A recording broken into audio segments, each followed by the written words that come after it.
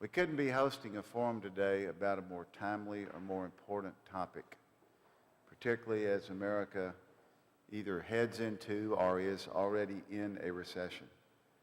And the challenges not only here but around the world with world hunger and the number of people in this country who go to bed hungry every night. To introduce our speaker is my friend Phyllis Haynes, the Executive Director of the Arkansas Food Bank Network. Arkansas has 6 food bank networks, but the one Phyllis heads up reaches an estimated 20,000 households each month, and last year in 2007 distributed a record 9 million pounds of food. Phyllis is a native of Miami, and she holds master's degrees from both UALR and Florida State University. And she does a terrific job with the Arkansas Food Bank Network. And those that have worked with her and have received the generosity of this food bank network greatly appreciate her diligence and her efforts. We've been fortunate here at the Clinton School to work with her on projects, and that partnership will continue in the future. Would you please join me in welcoming the Director of the Arkansas Food Bank Network, Phyllis Haynes.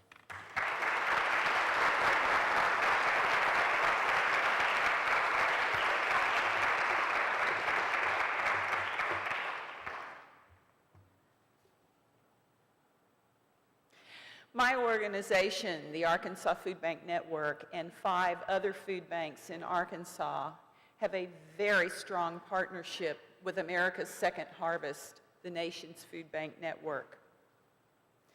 America's Second Harvest has brought in thousands of dollars in food, grants, and other resources to Arkansas to feed hungry people. In fact, last year in 2007 alone,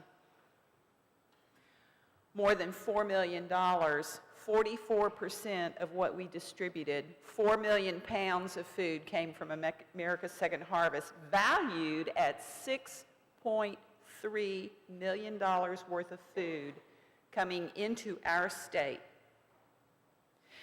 Vicki Escarra is the President and Chief Executive Officer of America's Second Harvest, a position she has had for 2 years. As the leader of the nation's largest hunger relief organization with more than 200 food banks nationwide, Vicki has worked tirelessly to get more food for hungry people in our country. In her short time as president, she has redeveloped the strategic plan, she has brought in more corporate partners, and she has had a heightened awareness of hunger throughout the country, being featured in the New York Times, the Wall Street Journal, NBC Today Show, National Public Radio. Vicki is a 30-year veteran of Delta Airlines, and when she left there was the head of the international customer service group, supervising over 52,000 employees. While she was Chief Marketing Officer with Delta Airlines, she was responsible for the first global redesign and re-engineering of Delta's flight schedule following the events of September 11th.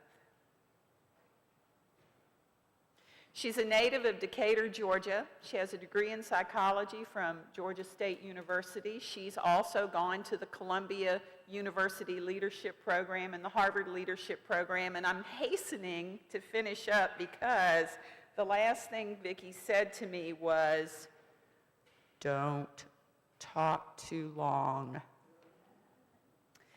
I'm very happy to introduce Vicki Escarra, and I want you to join me in giving her a good welcome.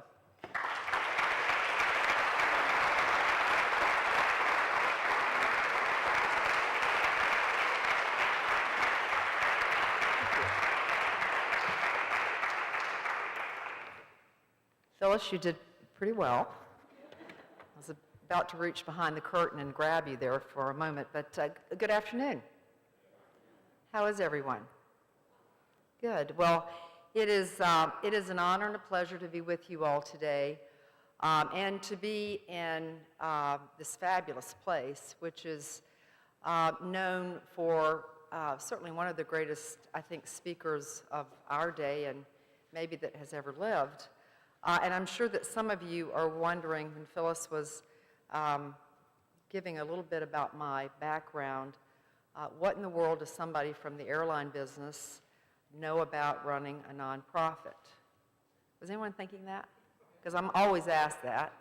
Of course. So I did have 30 years at Delta and was fortunate that I worked in a lot of different areas. But I would also offer to you that if you look at the profitability of the airline industry, actually going back to the time that Wilbur and Orville Wright started flying, I worked for a nonprofit for 30 years, so I have a lot of experience in working for a nonprofit. But the subject today that I wanted to spend a little time talking with you all about is really related to the economy. And you can't pick up a newspaper and have not been able to over the course of the last year without having some issue that affects our economy being mentioned, ranging from what are we doing about health care to obviously one of the latest is what's happening with the price of fuel, to the housing crisis, and then the most recent now is what's happening with world food prices. Not just U.S. food prices, but world food prices. There is a lot of speculation about why food prices are growing. Everything ranging from clearly the transportation of food to China and India growing and us supplying exports, which is helping them meet their needs, to crops being diverted from human consumption and feeding livestock because of ethanol production. And clearly the devaluation of the dollar is really causing much of that to happen. We're doing a lot of work with partner organizations to really get at what's causing this increase. But whatever the cause, it's really creating a lot of pain and suffering for people around the world. I read 2 days ago of riots, and we can read that every day. So in talking about rising prices that are going on in the U.S. specifically, we're not talking about kind of incidental things. When we look at items like bread and milk, they are up 14% since last year. Eggs are up 32%. American consumers are really feeling the pinch, and so they're choosing, as we've seen, to buy cheaper meal products and so forth.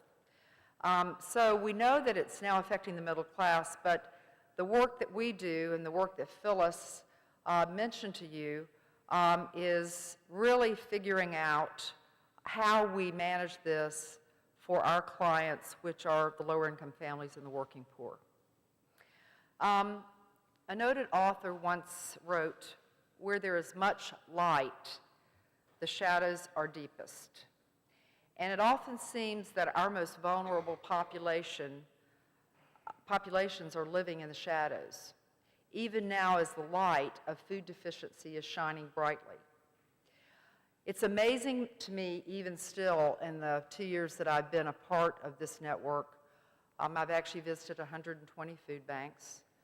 I've traveled over 220 days for the last 2 years because I really wanted to get firsthand knowledge of what is going on with the people that we work for and the clients that we serve.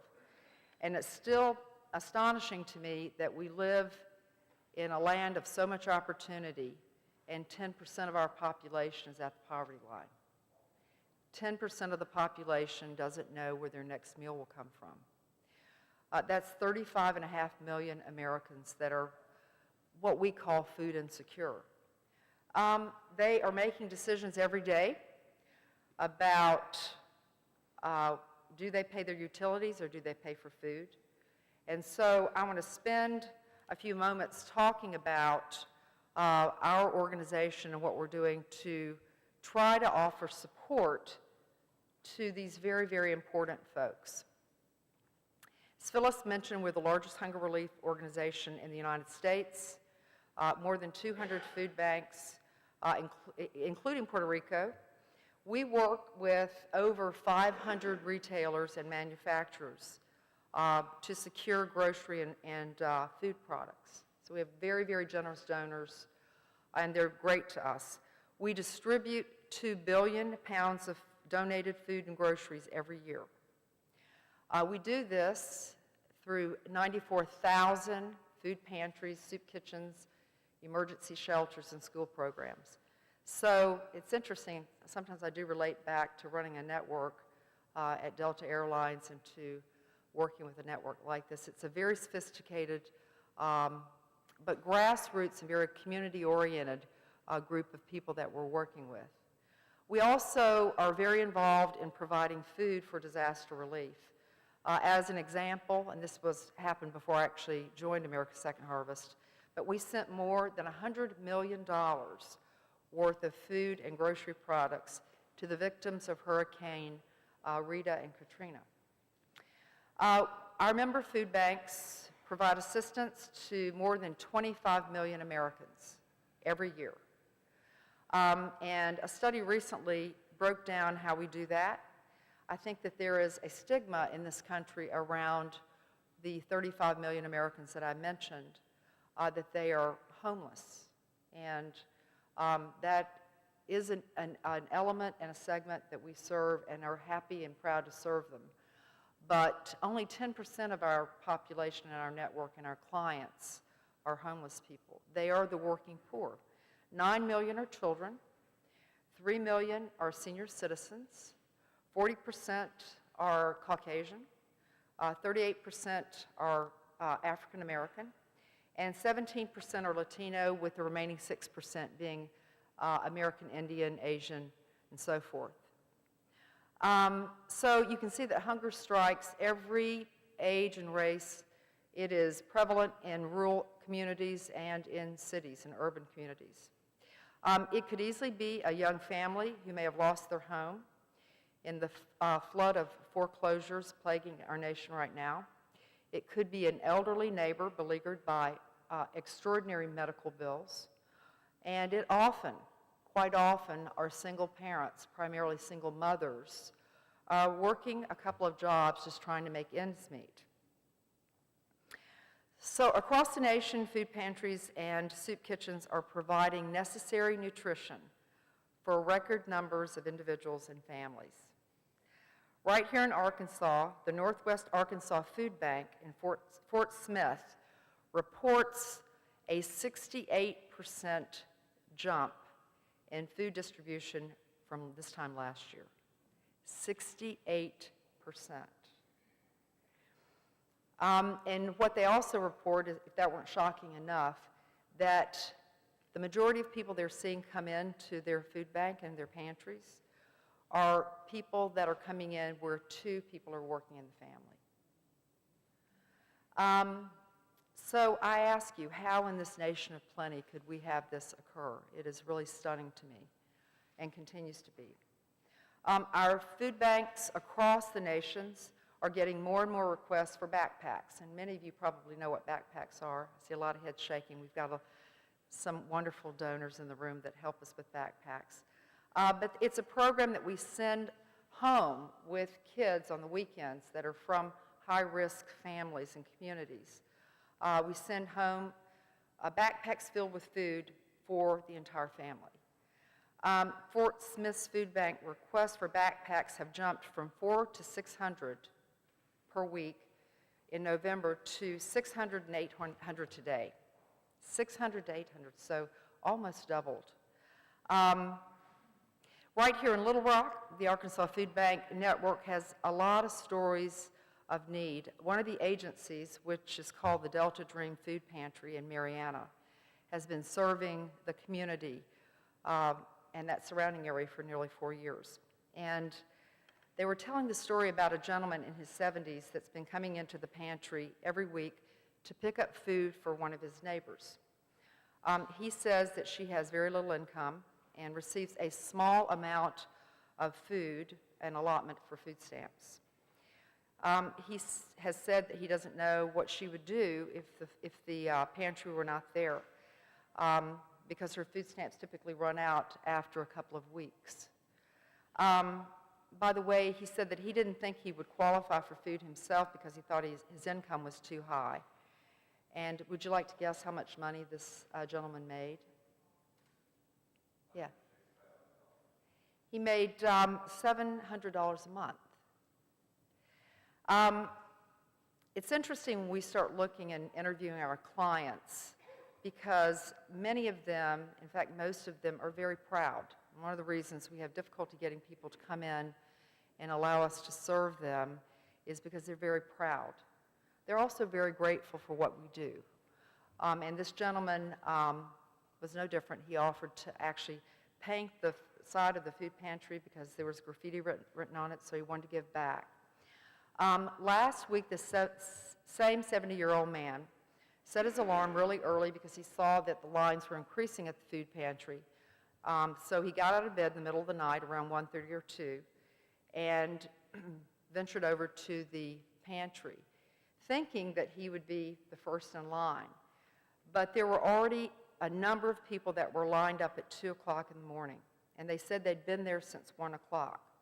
The pantry doesn't actually open until 8, but I think that it just shows the growing need of people getting up in the middle of the night to go and stand in line. And we've seen this. Our offices are in Chicago, and I've visited a number of pantries over the winter, and people are lined up in the middle of the snow in the middle of the night waiting to get food. So another point that I would share with you that is really punctuated by a very poignant clarity around a child's point of view is from a Park Avenue elementary student.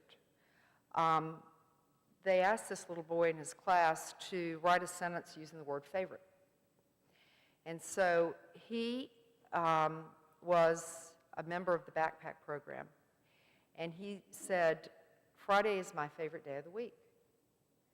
And when his teacher asked him why, he said, because I get to take food home, so my family doesn't have to be hungry over the weekend. At America's Second Harvest, with our network, our vision is to create a hunger-free America by putting an end to hunger and food insecurity in this country. But we can't do it alone. In fact, the nation's food banks face their own challenges in this really tough economy. Food donations across the country are the lowest we've seen in years. You can imagine, many of you work in manufacturing or retail, that profit margins are shrinking as far as manufacturers are going. And so it means that we're getting fewer and fewer donations. The other thing that's interesting related back to high food prices is as we see a strong farm, oftentimes we can get food, particularly produce. California is a great example. But so we can get an overabundance of produce, but we can't get all the dollars that are necessary to ship produce across the country. And so it's just one more challenge that we are studying and really looking at how we can resolve. And as Phyllis mentioned, and I won't get into it today, but we, as an organization and network, have developed a strategic plan that over the next 4 years will allow us to feed 1 million more people every year. 1 billion, wow. I fainted when I said that. But it will allow us to feed 1 million more people every year. So 5 million additional people. We are committed to see an increase in people participating in federal nutrition programs by 25%, because food stamps are the first line of defense for these families. And it will take over 1 billion pounds of food to do that. So I think when we finish that work, which was about a year ago, the numbers were right, but in light of all the change that we've seen in the last 2 or 3 months, actually I'm not sure 1 billion pounds of food will get it done. So we, through our network, have developed a number of options that will allow us to provide that 1 billion pounds of food. There's a lot that can be done. Today, actually, our Senior Vice President of Government Affairs is providing testimony before Congress around what is occurring with food situation in this country and with the people that we serve. We are in the final stages, we hope, of finishing the Farm Bill. I read an article yesterday that said the Farm Bill should be called the Food Bill because 2/3 of the bill actually is focused on programs that actually feed lower-income families. And it's gotten very involved and has been very delayed in light of some other issues involving farm subsidies and insurance for farmers and so forth. So it's really delayed giving us additional food, which is dramatically needed. The food that we get from the government is 1/3 of the food that our food banks actually receive. And we've seen declines of over 70% in the last 5 years of that food. So this legislation will really help us in a number of ways, and I want to briefly mention 3. First is the food stamp program. Second is the emergency food assistance program. And then the third piece is the commodity supplemental food program. The food stamp program is really essential to just stabilizing the community that we serve. It is really important today. An average family of 4 receives right at $320 a month for food stamps. So imagine with food prices growing at 7.5%, which they are, imagine trying to feed a family of 4 on $325 or $40 a month. It's virtually impossible. So changes in the program are essential. The other interesting thing is only 65% of those people who qualify for food stamps are actually involved in participation. So we are urging and pushing Congress to make significant and long overdue improvements to the program to ensure that they are accessible to those folks that need them. Another interesting thing is that they are set every year, and so they're a set price every year based on what the cost of food is. As I've already said, we've seen food inflation go up close to 6% this year, and it's projected to go up close to 8% over the next 5 years, and so we are asking that they consider that as they look at the bill. The second core program that we're asking Congress to approve and move on quickly is the Emergency Food Assistance Program, or better known to our network as TFAP. It provides nutritious food to Americans who need short-term hunger relief.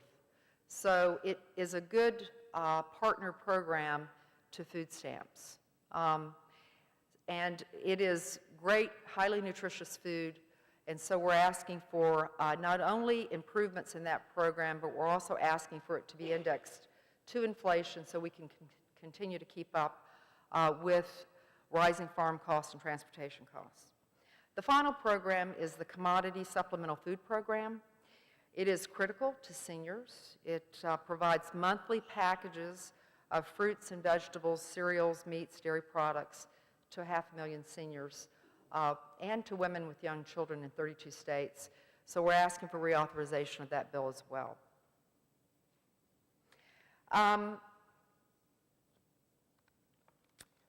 We will continue to look at what we can do to find a way to end hunger in America. It's interesting because my background's clearly in the private sector. I did spend a year working for the mayor of Atlanta before I joined America's Second Harvest.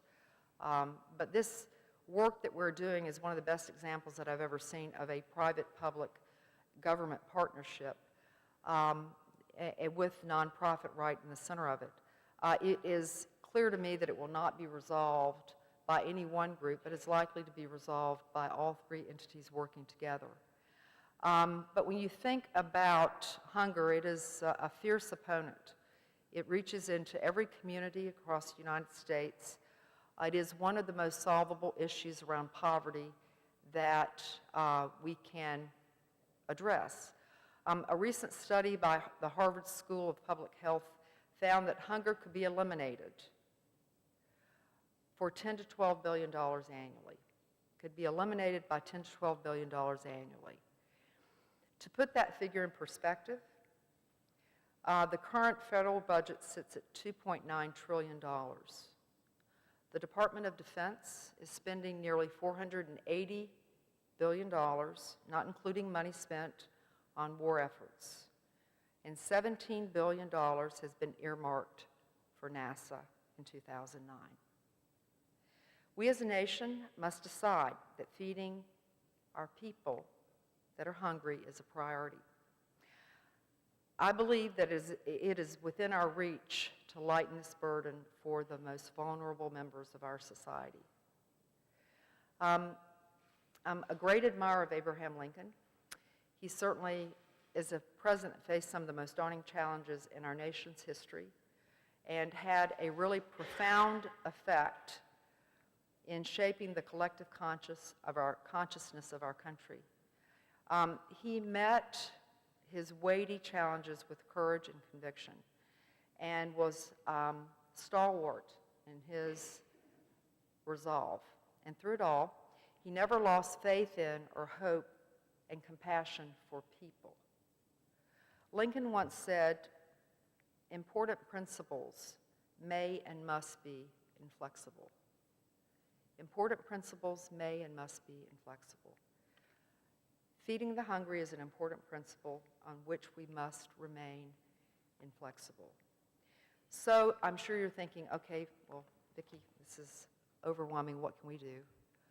I would give you a number of things and ask you to think about them. One important action that you can take is to contact your local legislator and urge them to pass the Farm Bill. You can visit the Hunger Action Center at www.hungeractioncenter.org, and you can download and send a letter to your senator asking for his or her support on these priorities that are pending in Congress. As always, I would ask you to give what you can. The issue of hunger and addressing it is such that everybody can do something, whether it's donating food, donating your funds, or donating your time. All can be done to your local food bank. Thank you.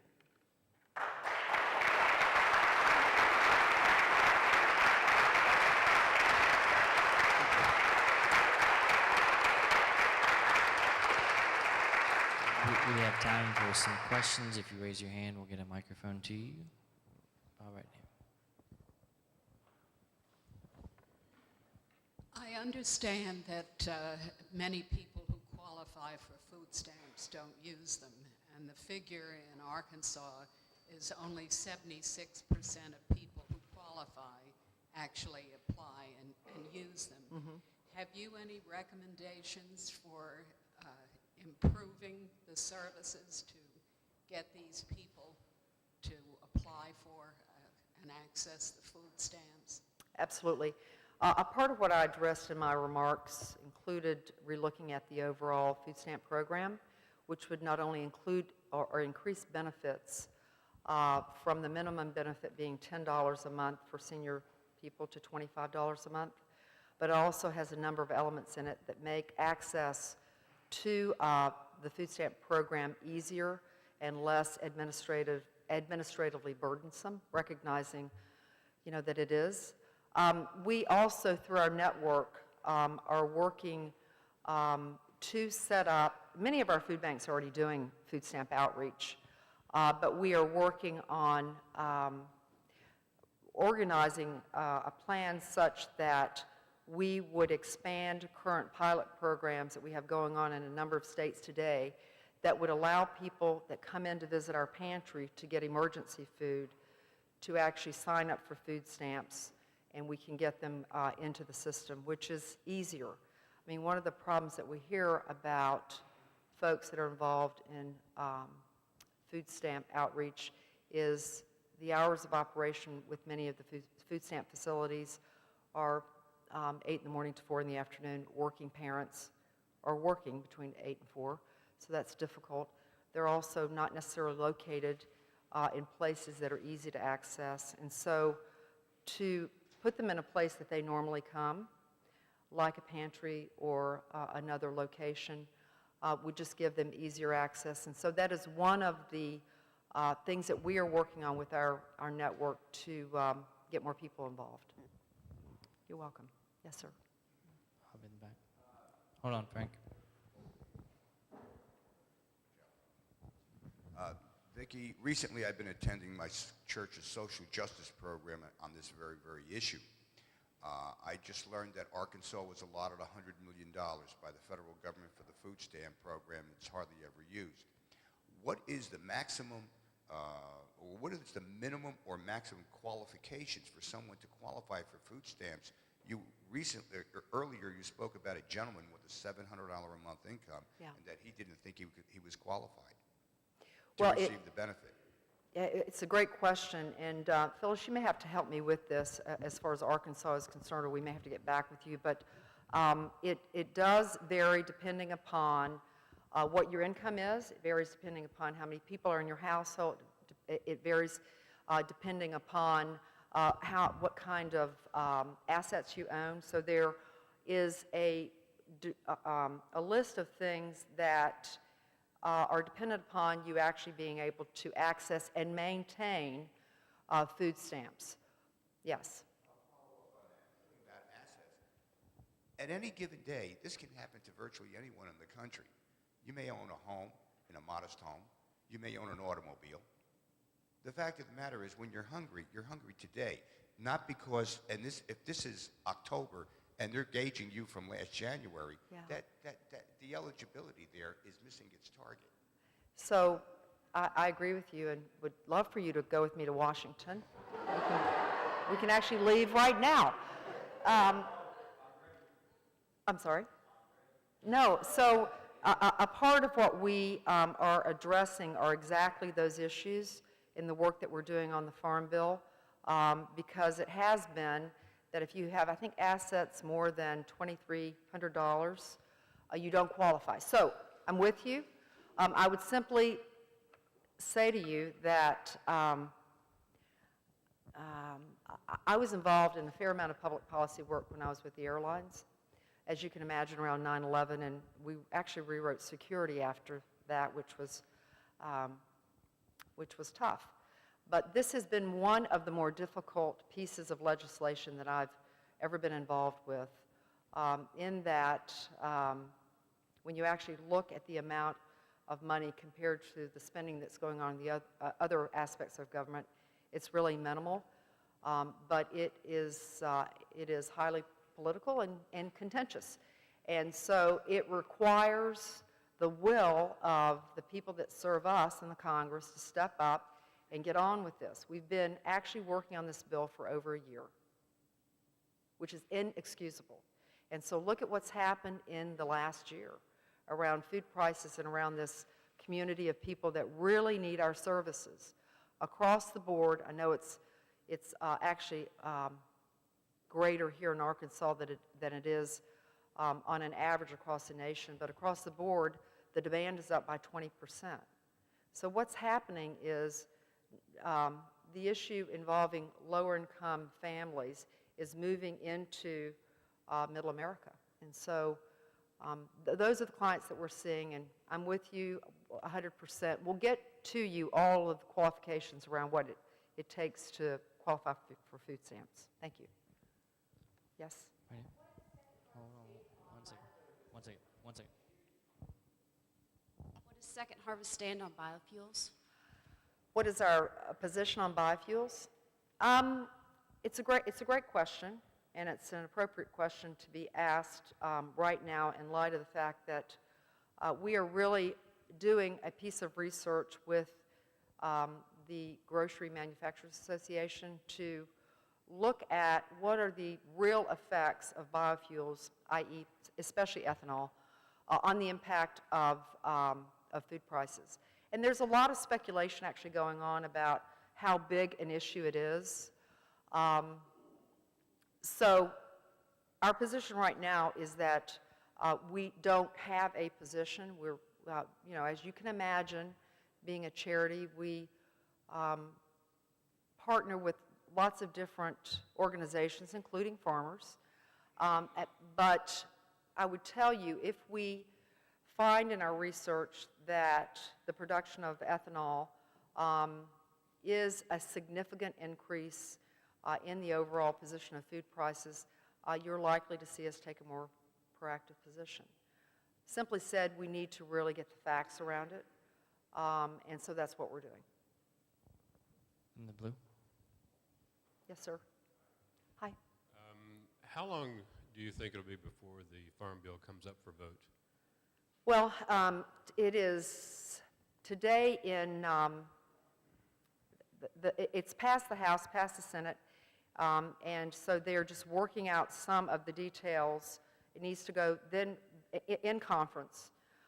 Then they're working out some of the details that will go back to the House and the Senate for hopefully minor tweaks around various provisions in the bill, and then we'll go to the President for a vote or for approval. You know, he has been signaling very strongly that he will veto the bill if he doesn't see some modification around subsidies and other things. They've made a fair number of improvements around subsidies and around insurance for farmers, and moved some of those monies into nutrition. So we should know within the next couple of weeks, with the idea that by mid-May we will have a farm bill. I mean, that's the optimist in me.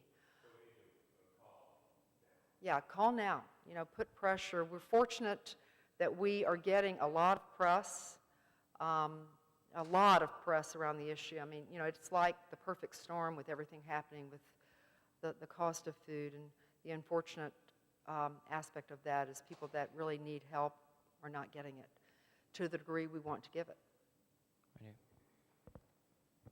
Just curious how the local food movement kind of interplays with Second Harvest and Hunger in America. Could you repeat the question? How does the local food movement, you know, where you know exactly where your food comes from, and Yeah. it's from local sourced. Yeah, yeah. How does that play into the hunger movement and Second Harvest? That's also, you know, another great question. We are fortunate that we have, as I said, 500 wonderful donors. Sue, am I going to put you on the spot if I recognize you? Sue Brockway is with Tyson. She's with us, one of our very, very special donors. Raise your hand.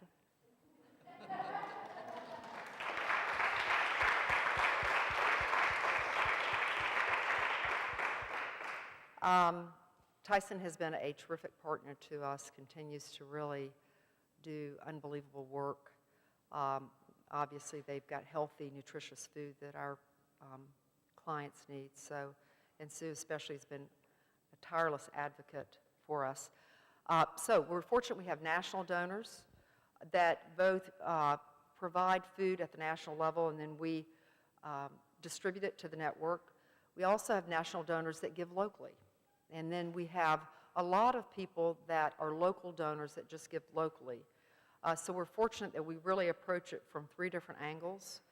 Clearly, if there are local donors that can just get their food to the food bank quickly and efficiently, that is the best right now in light of fuel prices being as they are. But we're fortunate that we've really got 3 or 4, if you include the government streams of food. I would mention one other thing that we are involved in really digging into, and that is in light of the fact that manufacturing has become so efficient. You know, their waste is down to 2 or 3% on average because they've perfected the supply chain efforts, which they need to. I mean, they're reporting to shareholders and boards of directors, and we understand that. So what we're doing around our strategic plan is looking at manufacturers that are not as large as some of the ones that we deal with today. And we know that there are over 1,000 in the country that are untapped. And so we are matching those up with our food banks and then setting up meetings and sessions to go in and talk with those folks, recognizing there's about 1.5 billion pounds of food that we could get in the next 5 years if we tap into that. The other partner that I want to mention, because I'm in Arkansas, is Walmart. We had a large announcement yesterday around them stepping up. We've been working with Walmart for a couple of years in 2 aspects. Number one, They have a lot of food that would otherwise would otherwise be dumped. That's healthy food, that's maybe close to date. Meat is a good example. You can freeze meat and ship it to our pantries and or food banks. It provides really nutritious food. And so they, I would say, are following Tyson's lead in really stepping up. Yesterday, an announcement was out about them donating $1.5 million, with $3 million to come to our network, and that all of the Sam's Clubs by the end of June will be participating in retail pickup, which is what I'm talking about. We go and pick up food there. And then all of the Walmart stores will be up and available for pickup. So that's 5,000 stores by the end of the year. So we've got a lot going on. It conservatively, I know these numbers probably don't mean anything to you, but it conservatively is a couple of 100 million pounds of food. So, you know, this is a really great effort on their part. Their CEO, Lee Scott, has been great in really doing his part, as has Doug McMillan. So another Arkansas member of our team, and we are very appreciative of it. First, thanks to Tyson for the little cards that they have by the checkout stands in Kroger's. Now, I don't know if Harvest Food has them, but if you haven't noticed them, all you have to do is just pick up the card, and it either adds 50 cents, $1, or $2 to your grocery bill. And it's a wonderful way to play a small part. So be sure that Tyson knows that we're there and that we thank them for those cards. That's great. Is Kroger's the only one that does that?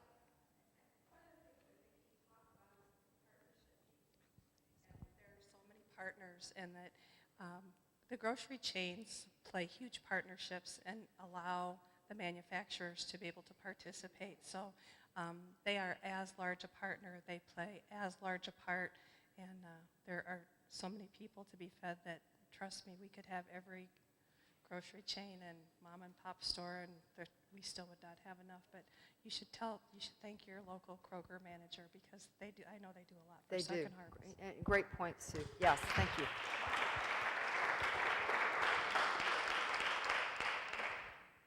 In addition to working with corporations and manufacturers, do you also work with other nonprofits like the Gleaners from Society of St. Andrew? Yes, we do. Okay. They're a partner of ours. You know, we have a lot of really wonderful partners that are stepping up right now with the need being so great to help us, a number of great foundations. I'll tell you an interesting story that actually took place. It's actually taken place over the last year, that shows you just the generosity of people. Because one of the really great things about this role is I see the best in people every day. And oftentimes I'm asked when I'm back in Atlanta, you know, isn't it depressing doing the work you're doing? And it really isn't. I mean, you see fabulous people that step up and open doors for you. And I know Phyllis feels the same way. It's just remarkable to see the generosity. And then the clients that you work with are just so thankful and happy to receive whatever it is we can provide them. But a year ago, I was in my office in Chicago, which was unusual first, and I answered the phone, and it was one of our board members who said, I've got a call from a potential donor, and he wants to talk to you right now. And so I said, well, can I call him back? I'm on the phone. He said, nope, you have to call him right now. Well, this is a board member who's actually very, very easygoing. So, you know, I thought I obviously need to call this guy back. So I got on the call, and there were 3 individuals who remained unidentified, and they asked me questions about our network. They knew all about the pounds that we distributed. They knew more than many of our staff knows about what we do. And so it was about a 45-minute conversation. And at the end of it, the the lead individual said, well, our benefactor is considering a $100 million gift.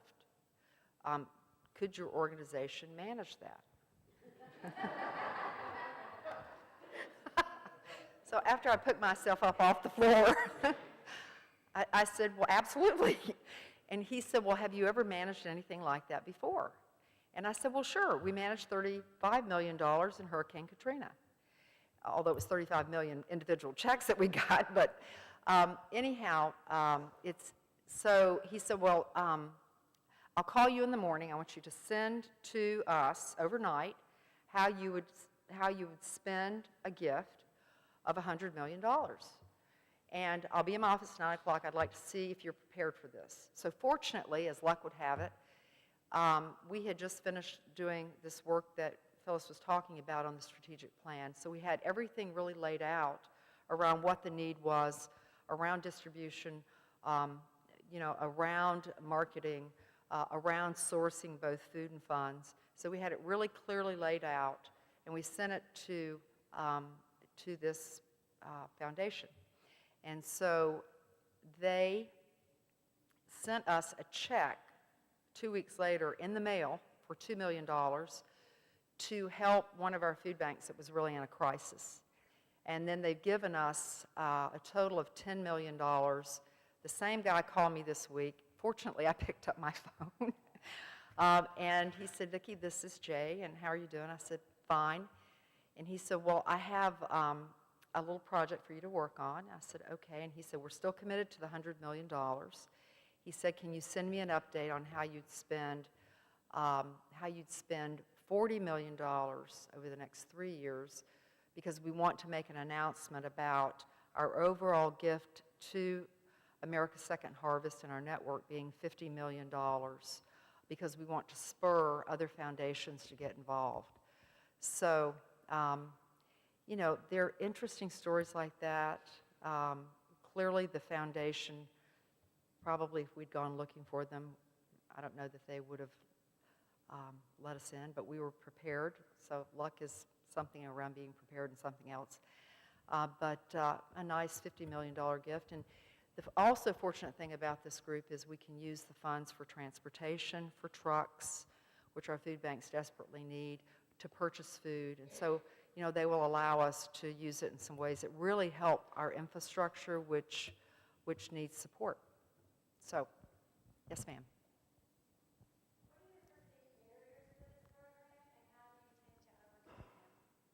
Or do you need me to talk in this? What are your perceived barriers for this program, and how do you intend to overcome them? Barriers for a hunger-free America? Intentionally for the state of Arkansas, but okay, internationally. To be clear, we are a national organization, not international. But I would say probably the biggest barrier that I see is, there are two things that come to mind. And Phyllis, I'd love to hear your opinion on this for Arkansas. Two things come to mind. The first would be, I think that there must be a political will to solve the issue to get this done. I said it in my remarks, it really is true. There's plenty of money and food in this country to feed the entire world, not just the United States. But it will take political will with people that really believe it's an issue to step up and move it forward. And, if they would visit some of the pantries and soup kitchens and boys and girls clubs and senior citizen homes that we all have an opportunity to visit, it would certainly give them the political will, and many of them do. But that's the first thing I'd say. The second thing is, I think there's a stigma around what's happening, and I think the face of hunger has changed. It is, as I said, it is not the homeless person. These are primarily working families that are just trying to get by, and they don't have health insurance. They're living month to month. Oftentimes they have to make decisions about rent or fuel or whatever. So the stigma is a big thing. We actually, because our board and because one of our foundations approved a fairly major piece of work. We'll be announcing a rebranding of our name and our network in September that I think will actually engage the public in a way that we've not been able to engage them before. Because to finish the question, when you talk about food banking or you talk about America's Second Harvest, a lot of people just don't quite understand what that means. You know, they don't relate what we're doing to the people that we serve. So you have to go through a long explanation around what food banks do and what pantries do and what we do. And so connecting with the greater American public is a barrier now, but I believe that we'll be able to break through that. Thank you. We have time for one more question right here. Phyllis.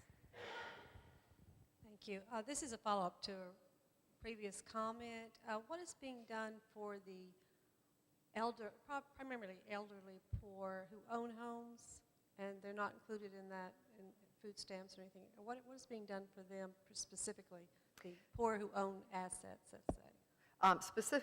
Specifically, we have asked for the amount of income and or assets that they currently have to be doubled, I think it is. I'll have to go back and actually look at what those stats are. So we've asked for that to be included, not just for the elderly, but for all, for families that are, again, working and trying to make ends meet. We've asked for an increase around minimum benefits from $10 up to $25, and it then would be mapped out based on how many people are living in the home and so forth. And then we're asking for additional funding around programs like I mentioned. CSFP is a program that focuses on the elderly specifically, that's provided through the government. Then our network is looking today, both I'd say locally and nationally, at programs that are specifically focused on the elderly and are really making a number of presentations to foundations to address this issue. The reality is when you start looking at baby boomers, and I'm one, this problem is only going to exacerbate beyond where it currently is. And so that's an issue that we're really getting behind right now. There's been a large push around children. Donors do like to give to children, and we have a lot of research that shows that children that are not properly fed between the ages of 2 and 5 can never make up from a developmental perspective. And so we've gotten a lot of very good funding around children, but more to come on the elderly target. I want to thank the Arkansas Food Bank Network, I'm America's Second Harvest, and Vicki, that was a great and informative program. Thank you all for coming, and we'll see you at our next one.